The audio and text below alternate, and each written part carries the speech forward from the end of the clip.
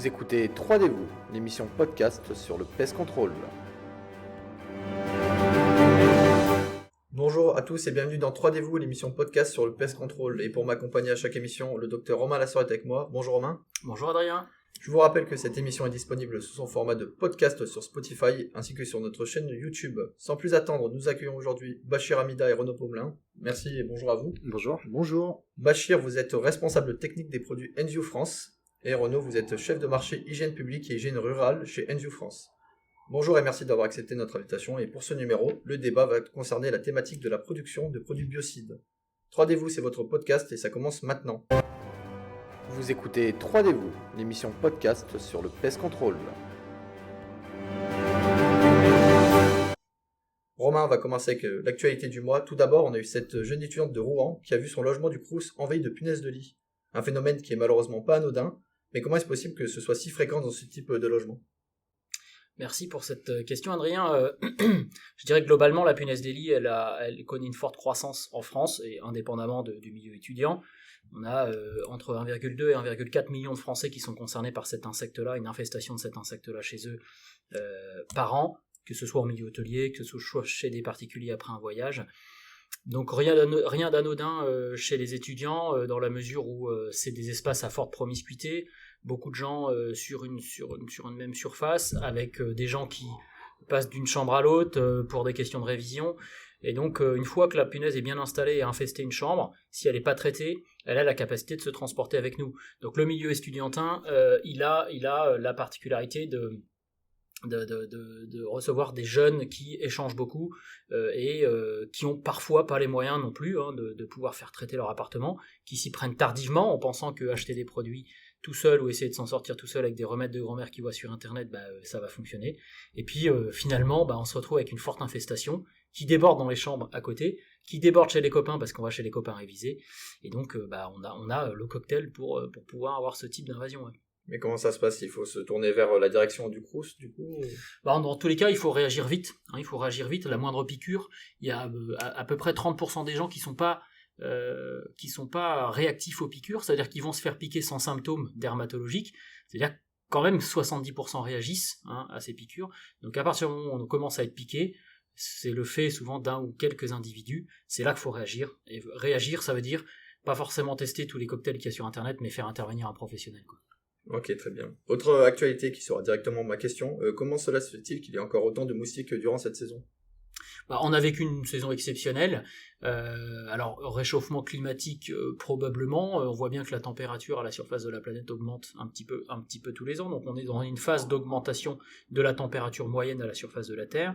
Donc ça, c'est favorable à un certain nombre d'espèces. Doublé du fait que cette année, on a une météo très clémente, voire trop clémente, avec une vraie période de canicule cet été.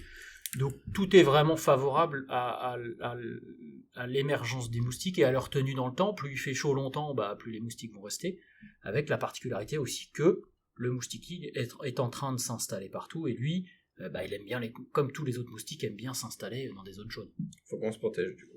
Il faut qu'on se protège. Donc l'actualité c'est fini, mais on va en reparler puisque c'est l'heure de ton billet d'humeur. Et je crois qu'aujourd'hui tu souhaites nous parler de l'utilisation de furets en ville. Et c'est lié à l'actualité où à Marseille des furets vont être utilisés pour lutter contre les rats. Également tu souhaites nous parler des rongeurs dans les écoles, puisque récemment une école près de Lyon s'est vue envahir de rats. Oui, premier sujet effectivement, des grandes villes qui ont la volonté de se tourner vers des solutions dites de biocontrôle contre la prolifération des rongeurs en ville. Une fois de plus, on regarde pas la cause du problème, mais sa conséquence, qui est la présence de rongeurs. La vraie cause de problème, c'est la mauvaise gestion des ordures ménagères, et c'est pour ça que ça m'irrite un petit peu, parce que en fait on se tourne vers la conséquence, cette présence de rongeurs qui exploite une source alimentaire très présente sur le milieu urbain, et on fait fi de la problématique des ordures ménagères. Donc en fait, avant de vouloir réguler les rongeurs avec des méthodes qui sont politiquement correctes, parce qu'il s'agit de ça, utiliser des furets, c'est revenir à la prédation d'il y a centaines de milliers d'années, attaquons-nous au problème des ordures ménagères et de leur gestion, plutôt que d'essayer de faire du polissage écolo responsable avec des méthodes qui n'en sont pas, parce que potentiellement les furets, on va pouvoir capturer quelques animaux, voire les faire sortir des terriers et les capturer avec des chiens ensuite. C'est certainement pas une méthode qui va nous permettre une éradication de la population de rongeurs là où elle pose des problèmes sanitaires. Donc c'est une blague en fait. C'était ton billet d'humeur. Ouais, c'était mon billet d'humeur sur la partie furet. Après, sur la partie école, sur la partie des rongeurs qui envahissent les écoles, une fois de plus, même point commun, gérons les ordures ménagères avant de s'en prendre aux rongeurs et des fermetures d'écoles. Donc oui, tout le monde aujourd'hui a tendance à vouloir nous faire croire qu'il faut vivre avec des rongeurs en ville. Une fois que les enfants et que les parents sont confrontés à un problème de prolifération de rongeurs dans des écoles, ça fait réagir, et c'est très bien. La problématique, c'est que gérons les ordures ménagères et n'hésitons pas non plus dans la régulation des rongeurs à aller utiliser des méthodes qui ont fait leurs preuves, notamment à base de produits chimiques et de piégeage aussi qui sont complémentaires. Ça n'a rien d'inéluctable, la présence de rongeurs en milieu scolaire, ça c'est sûr. Très bien, merci pour ton billet d'humeur. Avec plaisir. Et on arrive maintenant à la partie chaude de l'émission, le débat. Et je rappelle nos invités ce mois-ci, Bachir Hamida et Renaud Pomelin.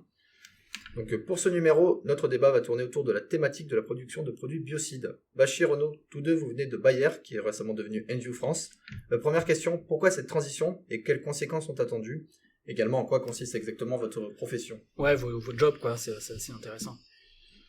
Alors merci à tous déjà pour l'invitation. C'est un plaisir pour nous de pouvoir échanger un petit peu notre quotidien et échanger le quotidien de notre entreprise qui est nouvelle, qui s'appelle Enview. Donc Enview, qu'est-ce que Enview? Peut-être je pourrais commencer par présenter l'entreprise. Donc c'est une entreprise qui est internationale et qui est spécialiste des sciences de l'environnement, et ce depuis 50 ans je dirais, parce qu'effectivement on est construit sur l'héritage de Bayer Environmental Science. Dont le cœur de métier, c'est clairement de promouvoir des environnements sains pour tous et partout. Aujourd'hui, nous sommes une nouvelle entité qui s'appelle Enview et qui permet de nous concentrer vraiment sur la résolution des problèmes d'aujourd'hui, et en particulier autour de tout ce qui est la gestion professionnelle des nuisibles. Et comme on le voit avec ce qu'on vient d'échanger, ce sont des problèmes qui sont aujourd'hui grandissants. Il y a des nouvelles problématiques, des problématiques qui peuvent être dues à des nouvelles espèces qui apparaissent, du réchauffement climatique qui peut aussi peut-être amener des espèces là où il n'y en avait pas auparavant, bien etc. Sûr. Et en plus grande densité du coup. Donc voilà, notre objectif c'est vraiment de fournir des solutions pour les professionnels pour réguler ou contrôler ces populations si on peut le faire. Mais réguler c'est déjà bien. Réguler les blattes, les punaises de lit, les rongeurs. Voilà un petit peu aujourd'hui ce qu'est Enview, je dirais.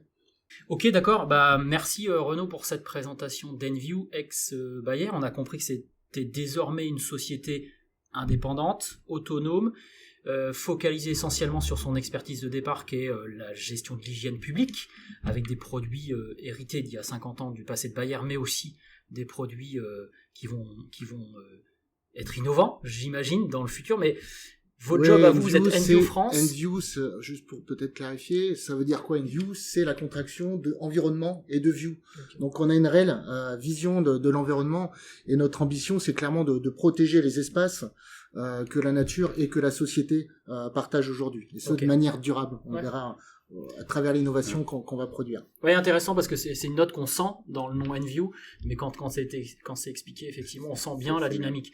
Ok, Enview, c'est international. Vous êtes Enview France. Est-ce que vous pouvez nous expliquer votre job? Moi, je peux. Donc, Bachir Hamida, je suis responsable technique de cette équipe France. Et en quelques mots, c'est quoi finalement? C'est de faire comprendre déjà l'esprit de nos produits, que les gens intègrent en quoi c'est une innovation, en quoi ces produits vont répondre à leurs attentes, à nos clients, et également qu'ils soient bien utilisés.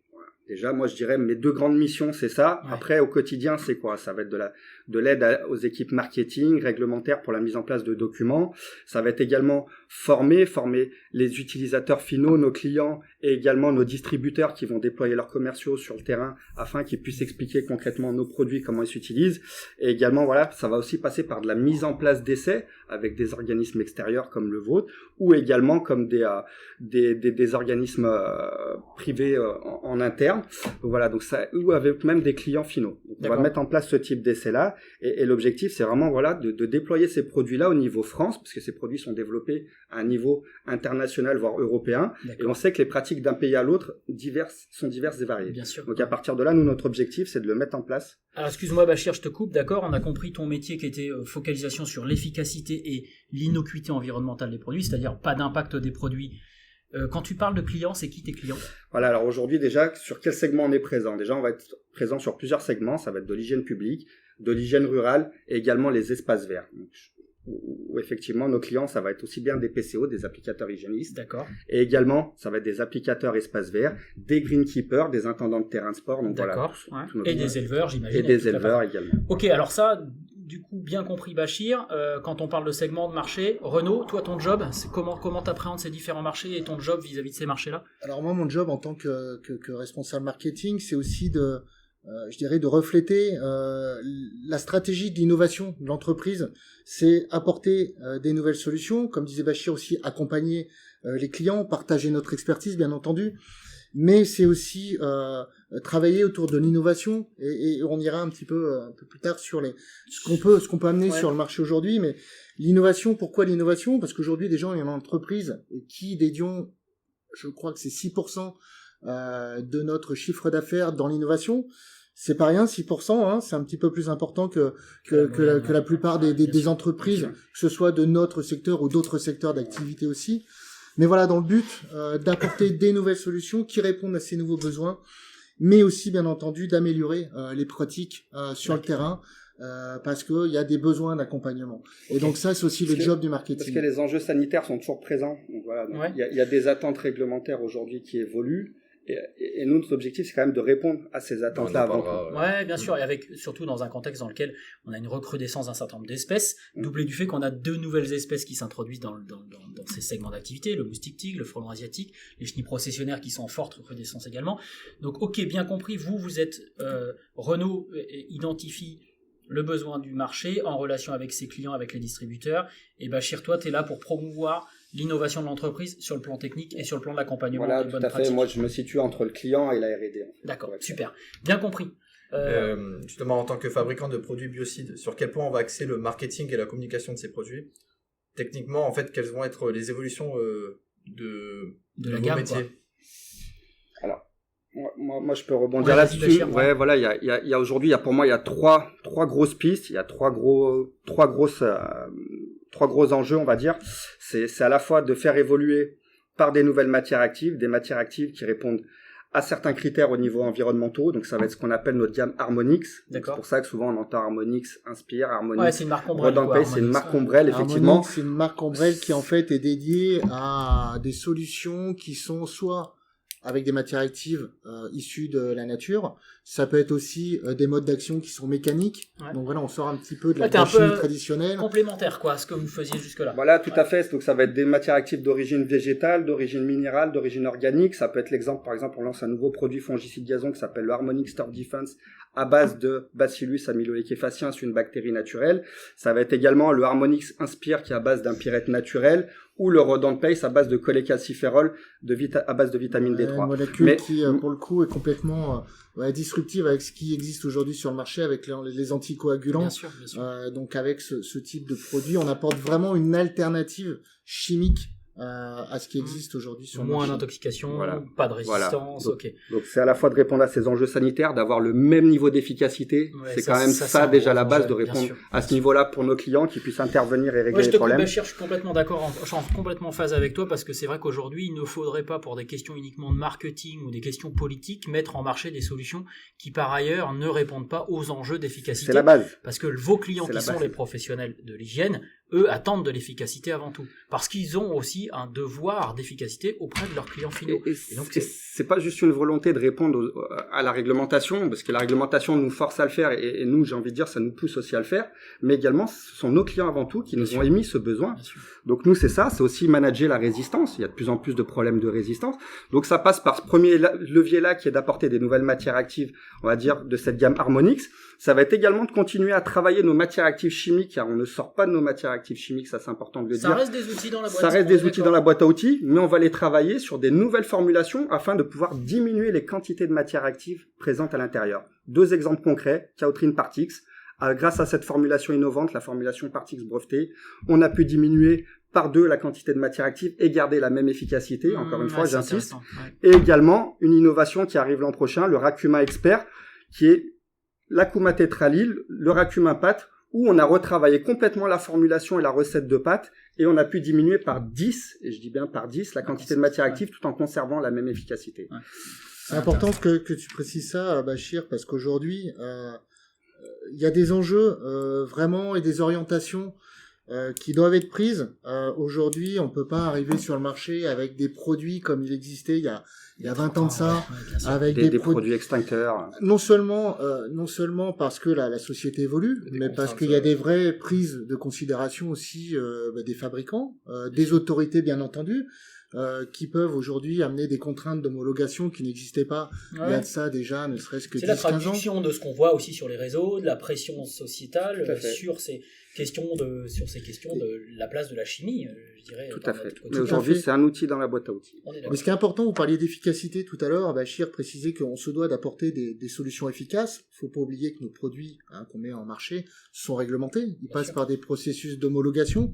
Un processus d'homologation, qu'est-ce que c'est ? C'est s'assurer que le produit soit safe quand il est bien utilisé, mais aussi qu'il réponde à un certain niveau d'efficacité, comme tu le précises, Bachir. Et ça, c'est vraiment important de le rappeler. Aujourd'hui, on a une directive biocide, Biocide Product Regulation, qui est arrivée avec l'homologation de diverses substances actives. Et aujourd'hui, on s'inscrit complètement là-dedans pour s'assurer que nos produits collent à tout ça. Et moi, j'ajouterais un 3e volet, et pour moi, qui est aussi important, c'est la lutte intégrée.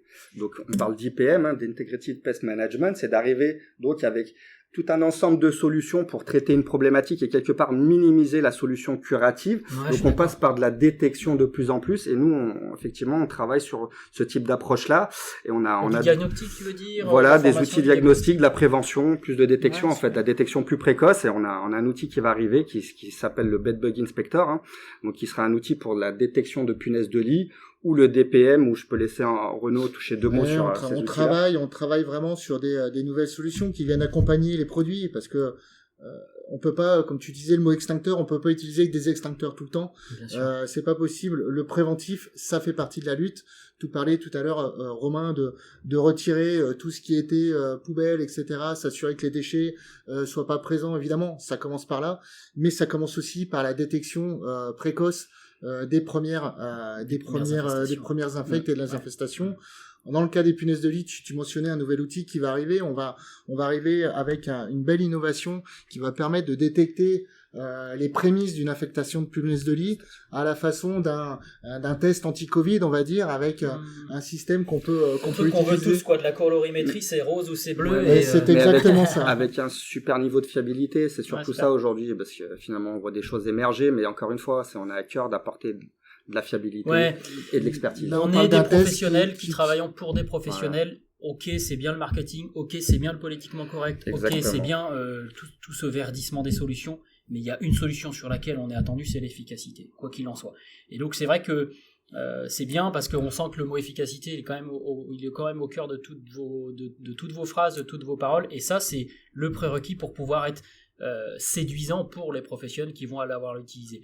Donc oui, le professionnel, lui, il doit conseiller demain une régulation de rongeurs, mais aussi une action sur la disponibilité alimentaire en surface, notamment pour les rongeurs, tout autant que vous êtes censé apporter des solutions innovantes à ce marché, et on l'entend, et on voit que c'est la direction que vous êtes en train de prendre, tout en accompagnant ce professionnel également sur la détection précoce par des outils de monitoring. Donc ouais, vous êtes quand même très avancé dans cette démarche par rapport à ce qu'on voit dans le marché au niveau européen, avec votre volonté d'amener du couple solution diagnostic monitoring et le produit qui va en face, en se disant bah oui, le curatif c'est pas l'essentiel de notre métier non plus.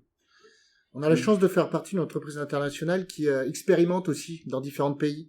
Quand on vous parle de solutions de monitoring, c'est des choses qui sont testées dans d'autres pays aussi et qui arrivent chez nous quand ils sont un petit peu plus à maturité aussi. Bien sûr. On est certain d'avoir un produit qui répond aux besoins. Mais pour clôturer un peu tout ça, puis vous avez commencé à en parler, on est quand même dans une société où la question du respect de l'environnement est de plus en plus importante. Et oui, de l'animal aussi, et de la partie souffrance animale. Mais concrètement, que proposez-vous pour répondre à ces obligations et ces problématiques ? C'est un peu, sans être redondant, mais c'est un peu les 3 axes majeurs que j'ai décrits là. Mais enfin, moi là où j'aurais un petit message, c'est de dire, attention, voilà, les attentes réglementaires évoluent, mais il faut pas qu'elles aillent plus vite que la science quelque part. C'est ça. Soit lié à... Voilà, à un moment donné, et on voit le cas, nous, encore une fois, c'est un peu moins nos sujets ici, mais on est dans les espaces verts, on a quelque chose qui s'appelle la loi LAB 2 en 2025, par exemple, une interdiction de tous les fongicides et d'ailleurs produits de synthèse dans les terrains de sport professionnels. Hein.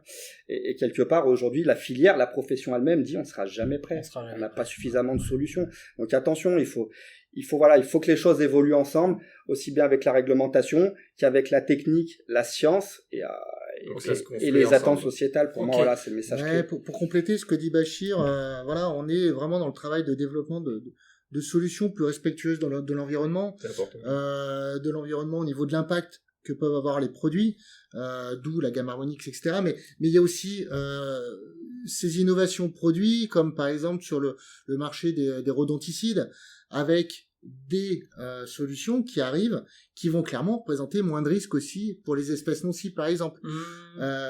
Tu mentionnais le nouveau racumin qui va arriver sur le marché, avec donc une molécule qui présente des risques de toxicité beaucoup plus faibles pour les espèces nocives, que ce soit en empoisonnement primaire ou secondaire, bien entendu.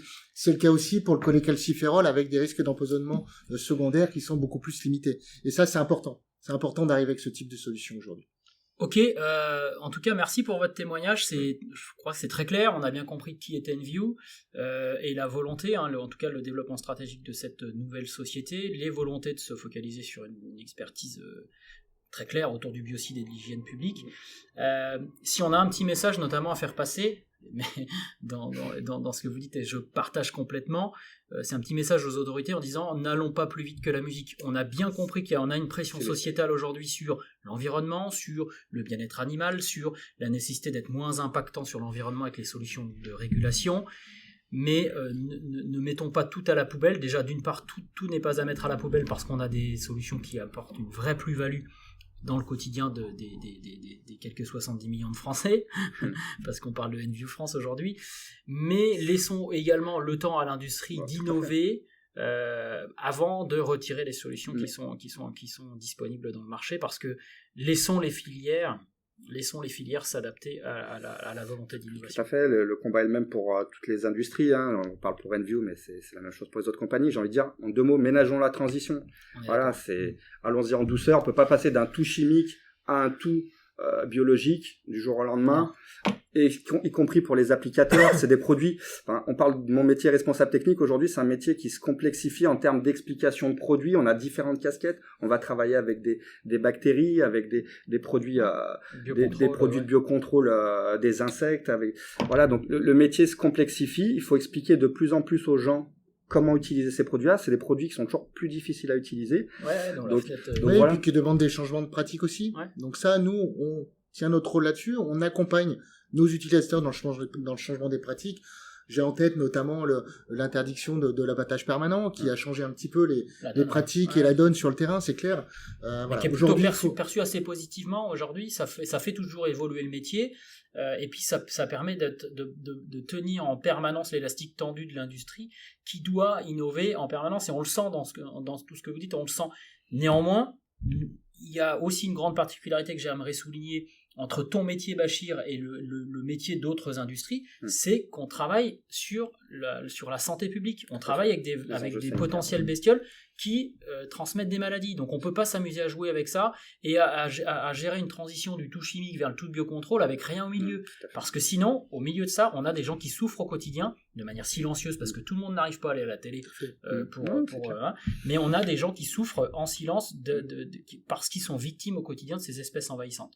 Donc laissons-nous le temps de la transition. On sent bien que l'élan est encore plus chez Enview. On sent cet élan vers une innovation produit qui respecte l'environnement. Donc je pense qu'il faut savoir se laisser le temps. En tout cas, merci pour cette belle éclairage.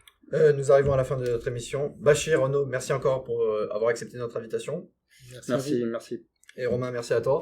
Merci Adrien. Et on se retrouve le mois prochain pour un nouveau numéro de 3D et vous. Vous retrouverez ce numéro sur Spotify ainsi que sur notre chaîne YouTube Influence Pest Control. Merci de nous avoir suivis et à très vite. Merci beaucoup. Vous écoutez 3D vous, l'émission podcast sur le Pest Control.